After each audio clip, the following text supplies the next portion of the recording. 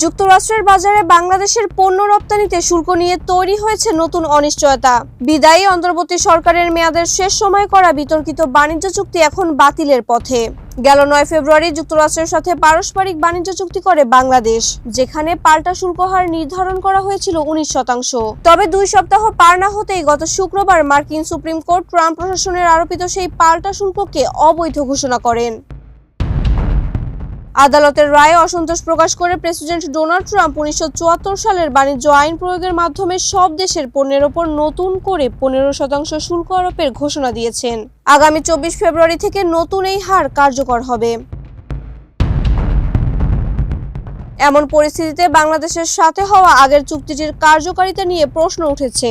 বাণিজ্য সচিব মাহবুবুর রহমান জানিয়েছেন, চুক্তিটি হয়তো বাতিল হয়ে যেতে পারে, তবে বিষয়টি স্পষ্ট হতে 20 ফেব্রুয়ারি পর্যন্ত অপেক্ষা করতে হবে।